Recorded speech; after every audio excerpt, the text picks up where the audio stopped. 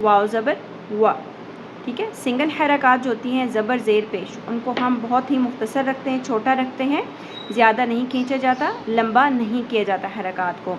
वा, ठीक है, वा नहीं पढ़ना, वा।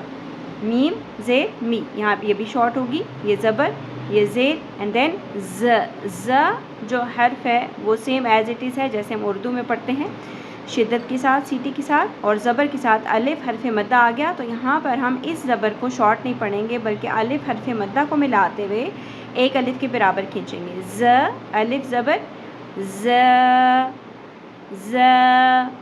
This is equal to 1 count, okay, 1 अलिफ या 1 काउंट। व मी ज़ा, और अक्सर जगहों पर 1 काउंट से मुराद 1 हरकत भी लिया जाता है, 1 हरका, तो ये आपके ऊपर है कि आप 1 काउंट से मुराद क्या ले रहे हैं, ठीक है।